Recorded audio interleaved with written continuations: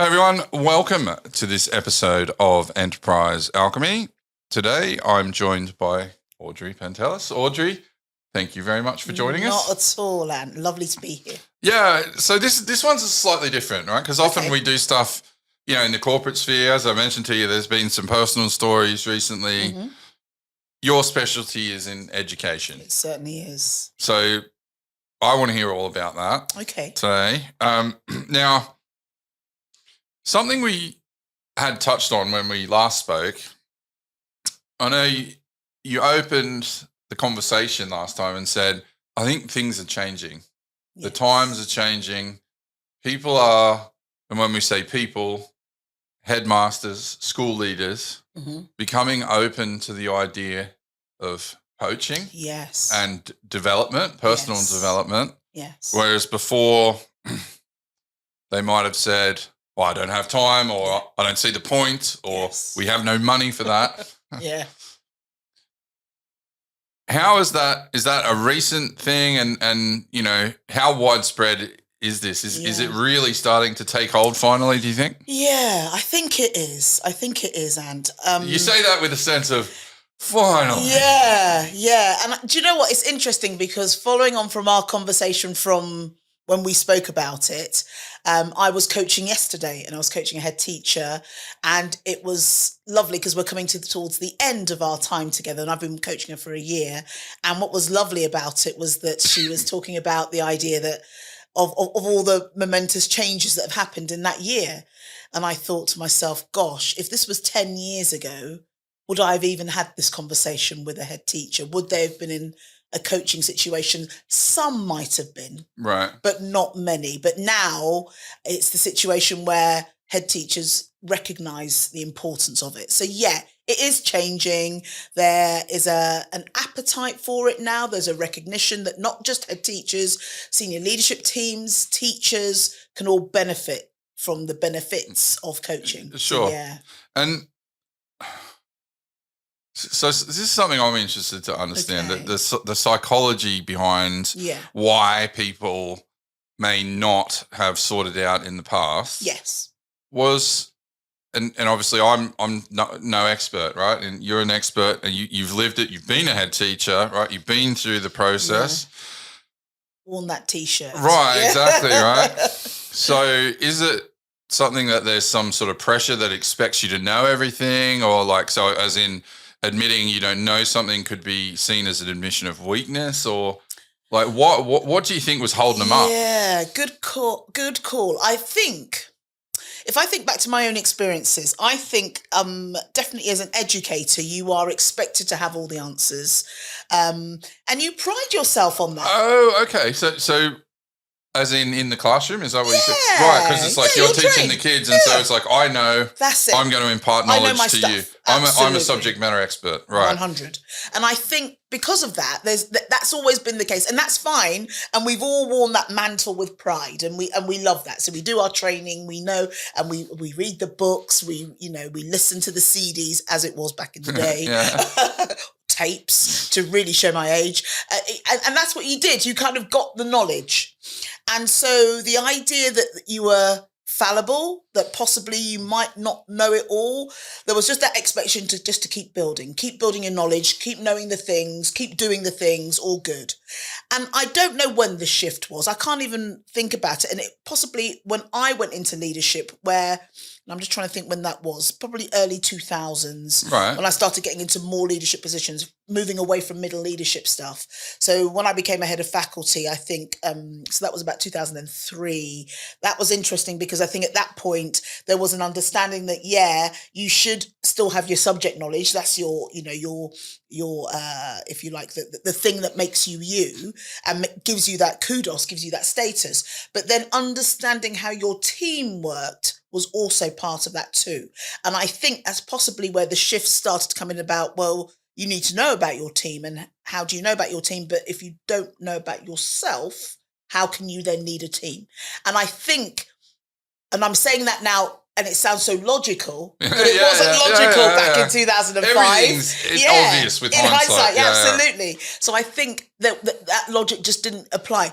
but it started to. So by the time it came to me and came to my door as a head, we're now talking 2016, 2017. Right. So probably prior to that, coaching was big. And you'll talk to other, there are other professionals. I know other people I know who's been doing this game a lot longer than me. And especially in the coaching game, who will say, yeah, it's been ongoing for ages. But for me, that's when it came onto my radar. And at that point, I think that's when I started to recognize this was something I needed to do. And the trust I was working for at the time also started to recognize it and started to talk to us about doing it, head teachers within the trust. And it was at that point, I suppose, when you said in your intro about teachers going, or head teachers going, I haven't got time for this, for real. That really was a thing. Right. And I was guilty as charged in that one. So the sessions were set up for us and we were told, yeah, do it. And it was always a bit of a, well, okay, but can we hurry up with this so I can go back and doing head teachery things? Right. That was all it was about. And so we had all of that going on and it was just a little bit like, oh, really? Having said that, though, I have to say to you, Anne, those conversations I had, I loved. I enjoyed them. You must have, because you are where you are now, right? Yeah. Yeah. So I'm thinking, okay, something must have worked. Right, exactly. You can't have something just must said, have landed. Yeah. out you get. Yeah. So they were good. But again, probably at that time, didn't know where it was going to take me and kind of thought, yeah, it's nice to have this conversation. Didn't always make the link with where is it going to take me? How's this going to make me a better leader? But I enjoyed the questions. I enjoyed having a conversation in the way I love having a conversation with you now. I like conversations. I like learning. Right. So I think that lent itself to me as an educator, as a leader. Didn't always know about the application bit. And that took a bit of time. But it started, the seeds were sown, definitely, at that point. But whether I knew I was going to be where I am now, doing what I'm doing, no. But I enjoyed it and started to see the benefits of it. Yeah. So one thing where I'm curious and would love your thoughts on this. Mm-hmm. The school environment is quite unique. It's different, say, to a corporate environment where you're dealing with adults. Yeah. Even though they can sometimes talk to each other like children or whatever, for the most part, you're dealing with adults. One thing I've been curious about is, does that way of, I'm the adult, I'm the teacher, you are the pupil, because I've certainly felt this in some interactions I've had with a teacher, is I'm like, I'm an adult. Yeah.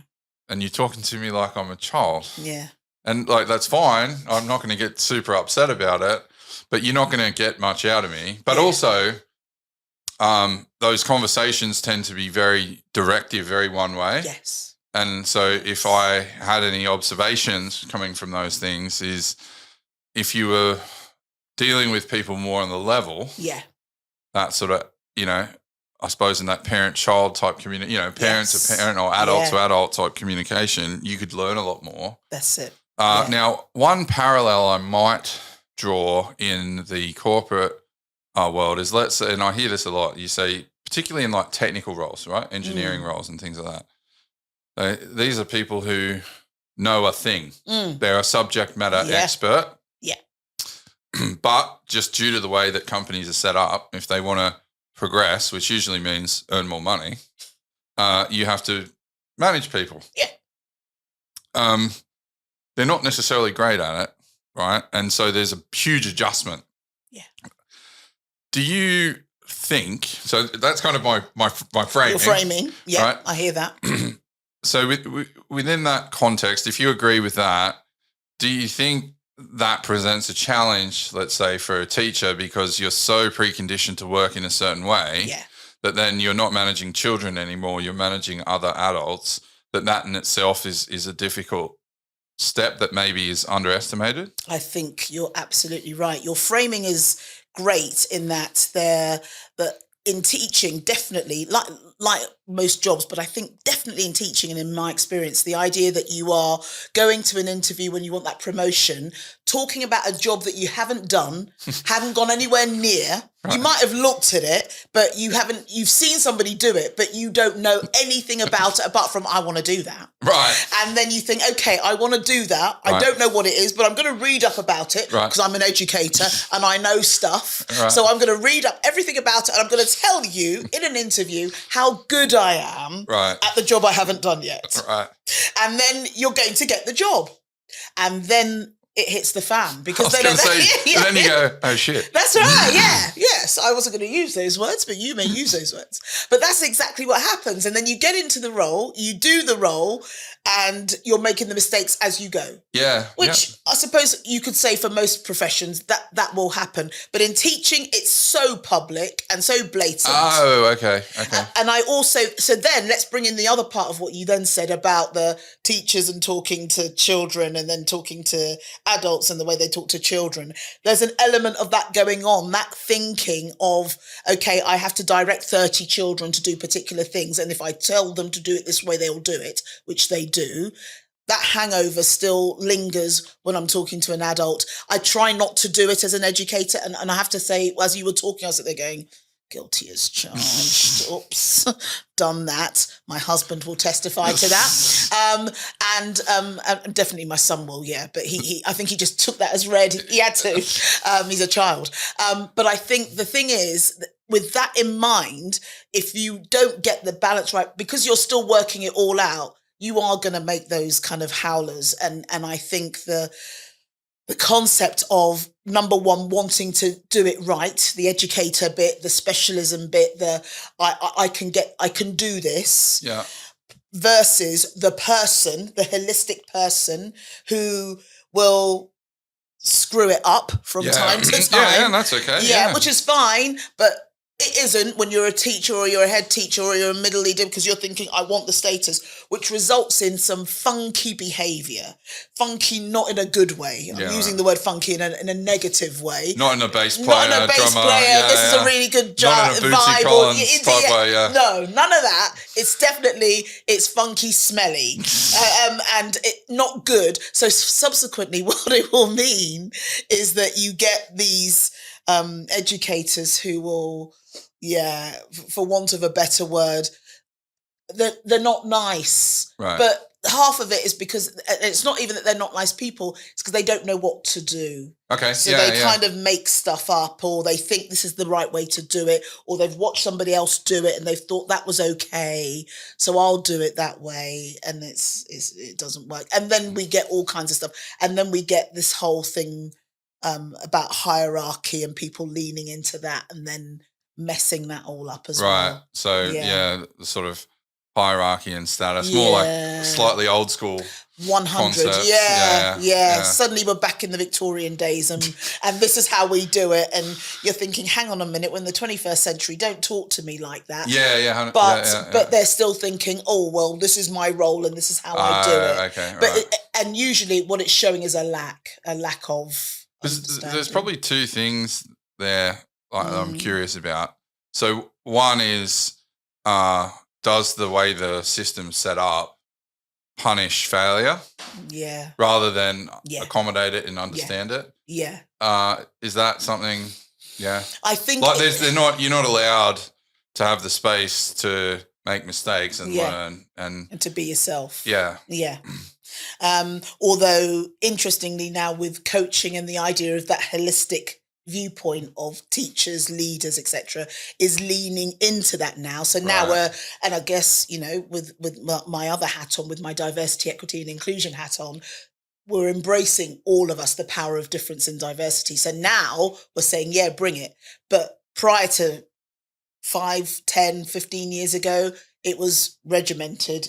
Do it the same way, at the same time, like everybody else. And the minute you stood out, you were a maverick. Oh, I see. Yeah. The kind of person that's like you're in the trenches in World War I and you pop your hat about. That's it. Yeah, that's right. Yeah. Like, whoa, I won't do that again. Yeah, absolutely. Yeah, right. Fair enough. So, and that authoritarian or top-down, that command and control type approach. Do you think that's kind of learned behavior from watching how others did it and said, oh, that must be, I just wonder whether the education system's been a little bit slow to respond. And You're being very, very polite. I am. A little bit slow.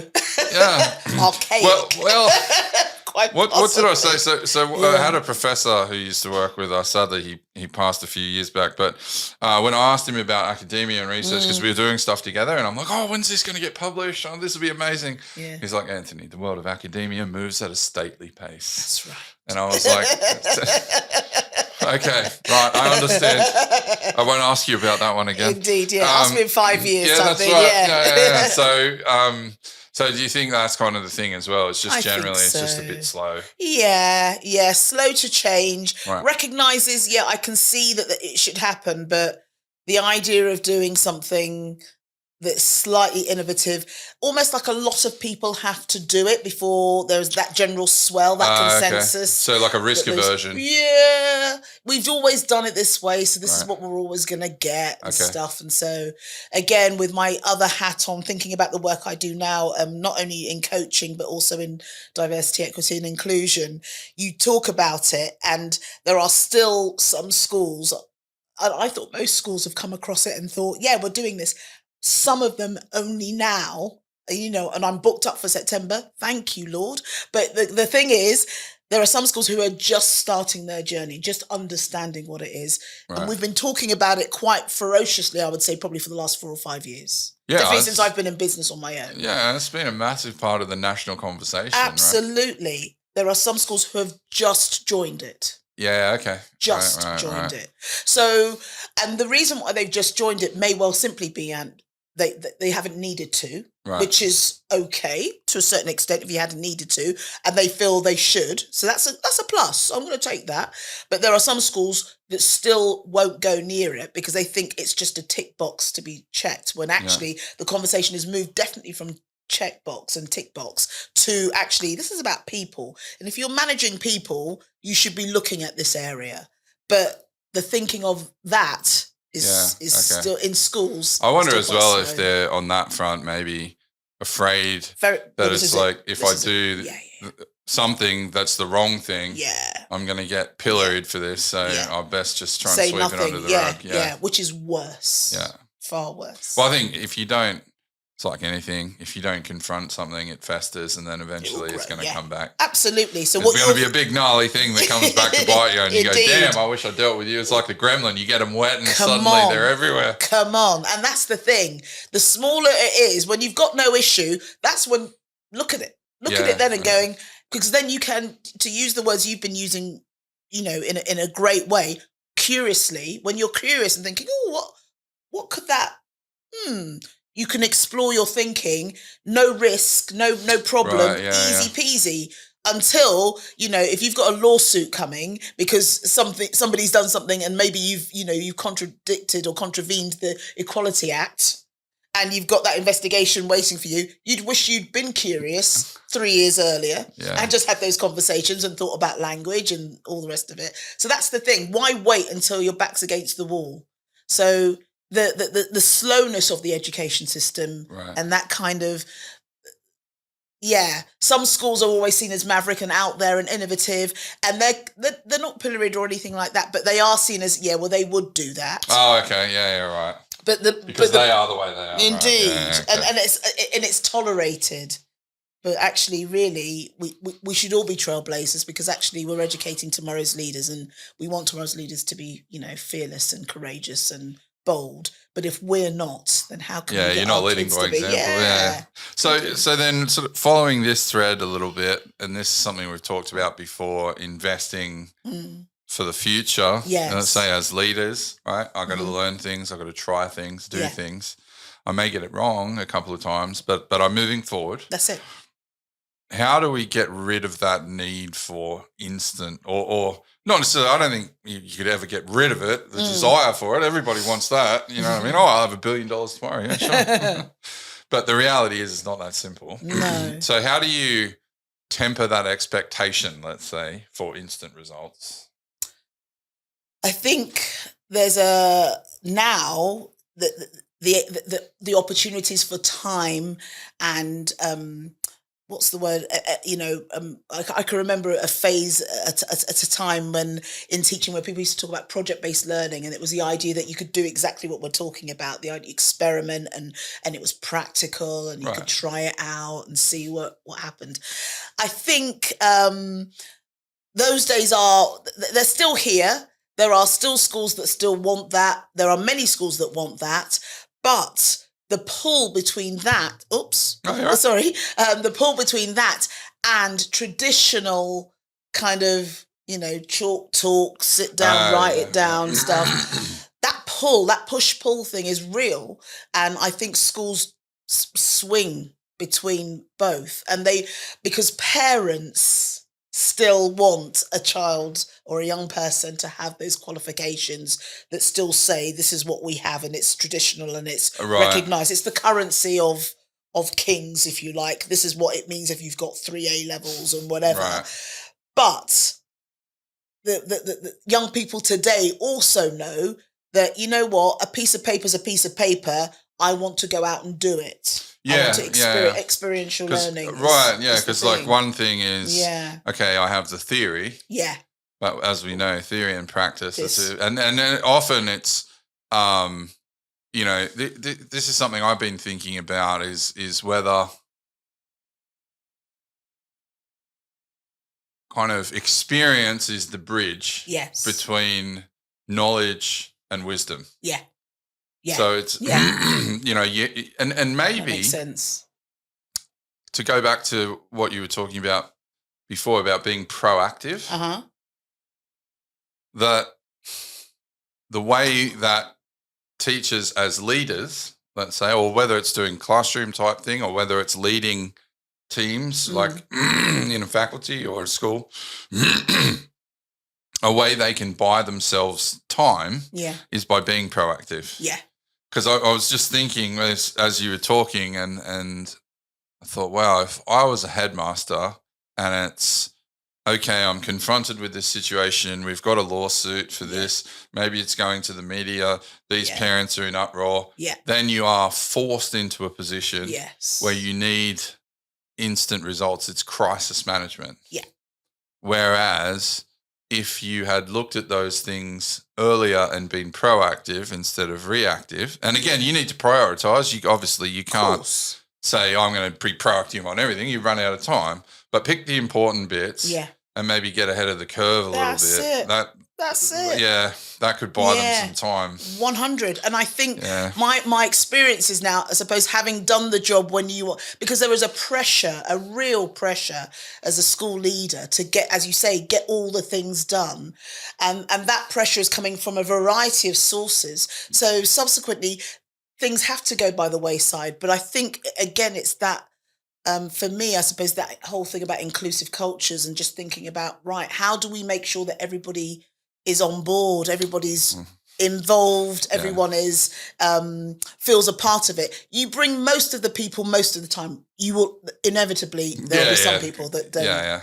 But what you don't do is ignore. I think that you ignore at your peril, and I think that's the beef. I think. So I know you've worked across both in terms of your coaching, the private or what do we call it, independent schools. Sorry, I'm thinking in Oz it's the opposite. So we call public and private is different, isn't it? Yeah. So state schools versus independent schools. Sure. The way the leadership structures are they the same, different? Does it depend? Like, what do you see? So state schools, being a state educated girl myself, and being part of that system is invariably it is quite relatively fixed. Each school does their own slight variation, but it's quite straightforward with somebody at the top. And I'm not talking about academy trusts for a minute. I'm just going to talk about standalone schools where you've got your head teacher or your principal, and then you've got your deputies, then you've got your assistants, then you've got middle leaders, etc. And that's kind of standard. And they might have different names, but it's kind of the same vibe. In the independent sector, what you tend to find is it's the same thing. They might have slightly different names. They may well be less, they may well be more. But then, of course, the added bit usually will be the boarding house system. Then you've got another kind of structure within that. So some of those leaders will also be the pastoral leaders, where the housing boarding system kind of kicks in as well. And I think it's quite having learned more about it, having worked in the sector a little bit more, I think it's a really lovely touch, in one respects, because that pastoral side is considered to be just as important as the academic side. And I think there's potentially some great opportunities for growth. For not only the members of staff who are leading that, but then also for the kids as well, because actually they do get that lovely rounded kind of approach. And the independent schools I've worked with, I've seen some lovely examples, some great examples of how that works really well. So yeah, they're different, but the same ultimately. I guess the if we're thinking about what the differences are, or rather where there possibly are tricks that each one's missing, I think for independent schools, the thing that, because it's driven by results as well, because of course there is a prestige thing going on there, but also the expectation that because parents have paid for a service, they want results. So there is that going on. For maintained, I think there's a sometimes can be seen, not everywhere. So of course I'm talking very generically, but a lack of aspiration sometimes.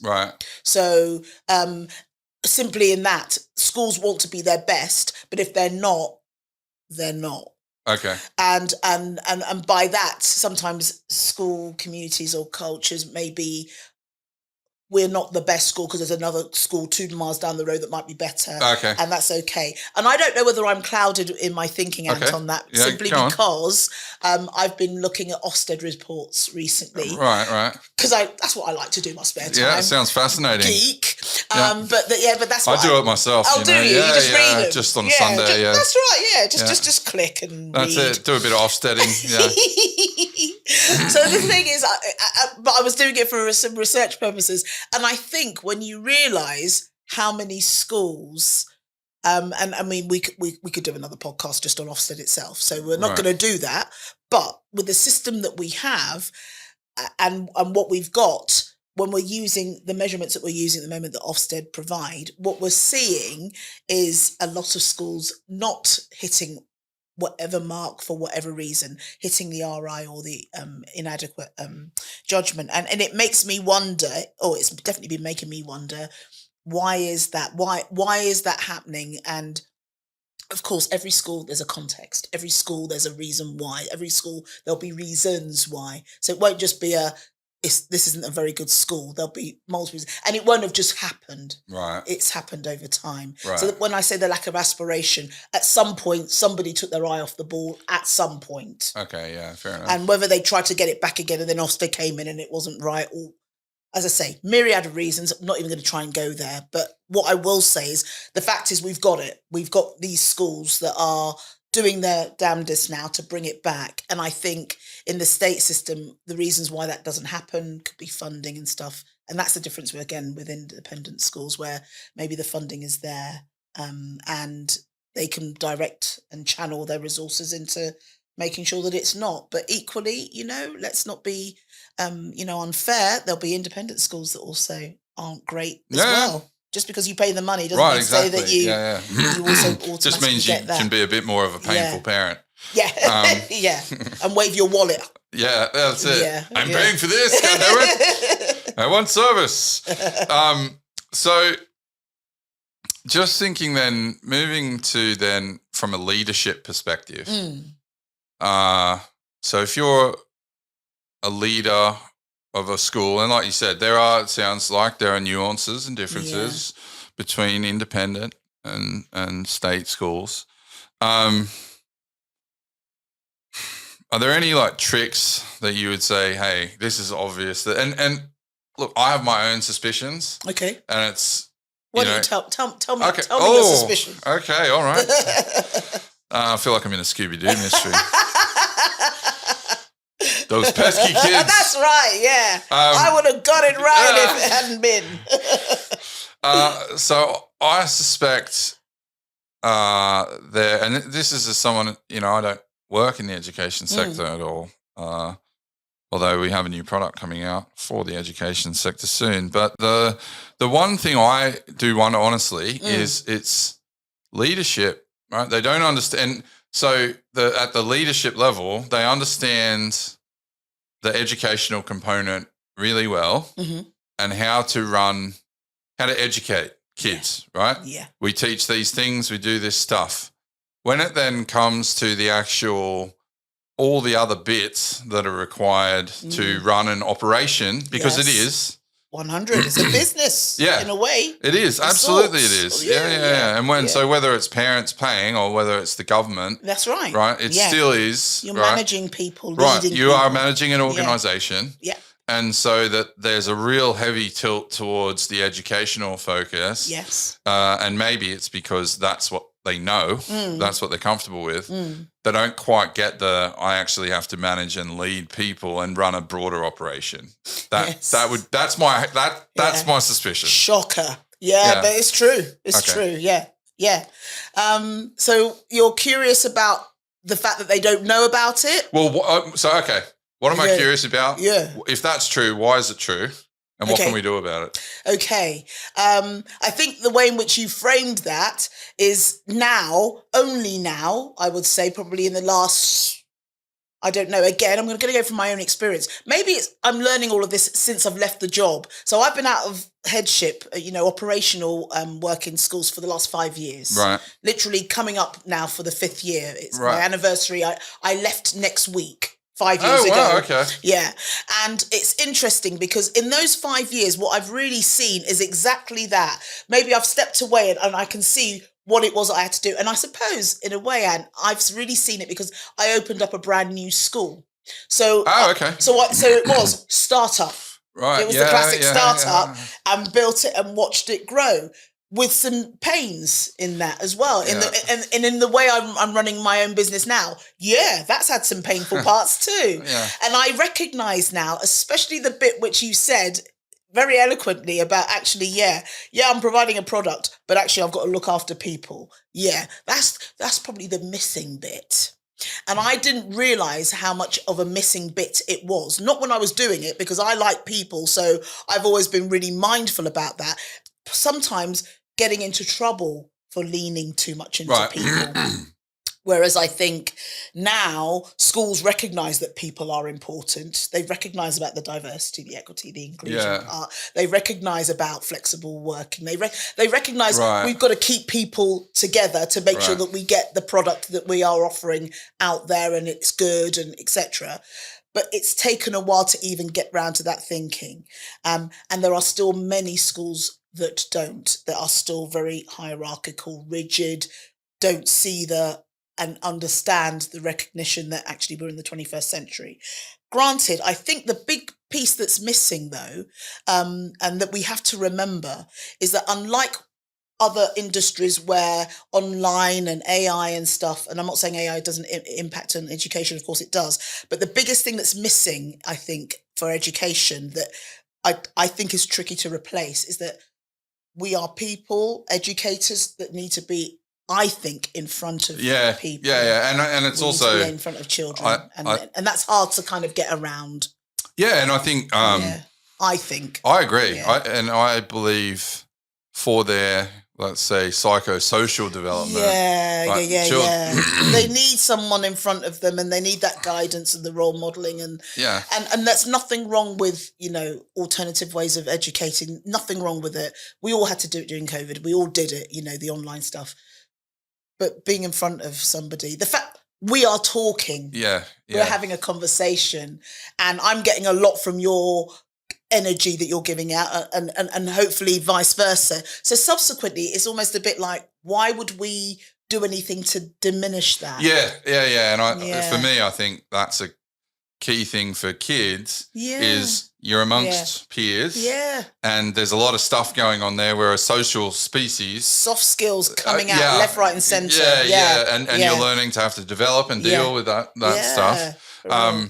So that's I think an interesting point is the people skills component and the operational management and what that means. Yeah, I suspect could be lacking. So here's another question, a follow-up question to that, because you said some people don't even know.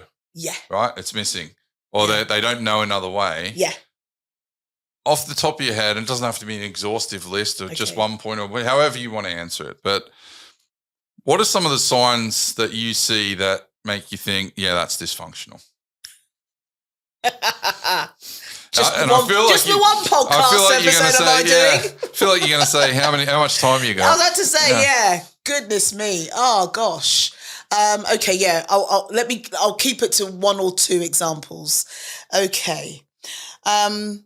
So I'll talk from my own experience. I think that's probably going to be the easiest thing because then I can only cuss myself, and I don't want to get anybody into trouble. Right.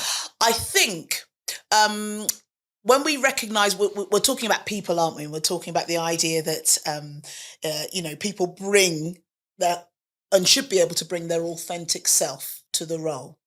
And for a long time, we have wanted people to be cookie cutter. That's the word. Go. Yeah, we've wanted identical, head teachers. That's what we've wanted. Right. And I think when you get someone who's got a speck of personality or a speck of something, then it could be seen as a threat. Right. That happened to me. I think that was definitely part of my exit out of headship, where probably me being myself was desirable in one respects to get people into the school, but then for some reason became undesirable to the people that I was working who were above me. Okay. I mean, I'm shocked, Audrey. You seem like such an identikit person. You know what I mean? Very rude. Yeah. Very rude. Can't believe you said that on the mic, live. I'm shocked that you would have brought some ideas and personality right to the role. Yeah. So, like, what happened? What was the what were they saying? Yeah, because it seems to me like you're saying, "Hey, I don't have to do anything radical, but let's think about these things and be curious." Yeah. What was threatening about your curiosity? I think. This is the thing about, I think, in education, I think the idea that everyone is very compliant and everyone should do what they're meant to do. So the identical piece is strong because like a classroom, if you've got good kids in front of you, it makes your life a hell of a lot easier. Right, okay. A lovely class of 30 and, you've got them all doing the things and it's lovely and it's great and everyone's doing it. And haven't I got a great class? The class where you've got your troublemakers or the ones that dare to show some of their personality, their authenticity, are the ones where you've got to do a little bit more work. I don't want to do a little bit more work because actually they should all be doing what I want them to do, which is not life because that's the point. We're not the same. So if you show a little bit of spark, originality and stuff, you're seen as problematic. And so if you're clever, you should be channeling that spark into something. If you're not clever, you try and usher people out. Right. So for somebody like myself, a black woman who had skillfully and intentionally move my way up in the leadership positions that I achieved. So to get to head of school, which was always, and I was reluctant to do it for quite a long time. When I got there, I was like, yeah, this is all right. Yeah, it's good. I like it here. So I just thought, right, I'm just going to bring myself. I'm just going to do what I do. So I did, and people liked it. Yeah. And all I was doing was just treating people the way I wanted to be treated. That's all, and nothing more.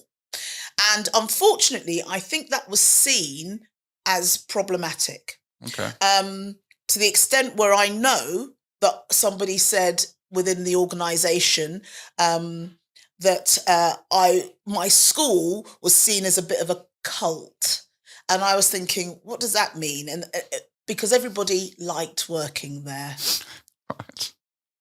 So you're like, oh wow, what? Yeah.